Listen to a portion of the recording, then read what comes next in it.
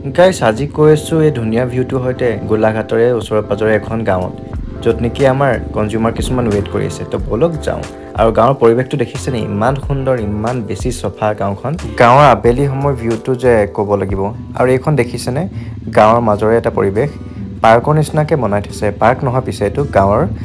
main road হে তাত গৈ দেখো আমালে বহুতখিনি কাষ্টমাৰ অলৰেডি ৱেইট কৰিছে তেওঁলোকৰ লগত কথা বতৰা পাতিবলৈ লাগি যাওঁ আৰু তাৰ পিছত আহি মই বাইকখন ধুৱাব লওঁ কাৰণ বাইকখন বহুত বেছি লেতেৰা হৈ আছিলে সেই ল'ৰাটো চাওকচোন ইমান কষ্ট কৰিছে ঠাণ্ডাখনত ঠাণ্ডা পানীৰে বাইকখন ধুই আছে মোৰে কিবা লাগি গৈছে দেখি মানে তাৰ মাজতে ওলাই আহি দেখো আকৌ এইডছৰ সজাগতা কিবা ৰেলী চলি আছিলে তো তাৰো অকণমান ক্লিপ আপোনালোকক দেখাই দিলোঁ এই গোলাঘাট টাউনৰ মাজমজৰীয়া অংশ চিনাকি দাদাজনক মাত লগাই মই ৰাওনা হ'লোঁ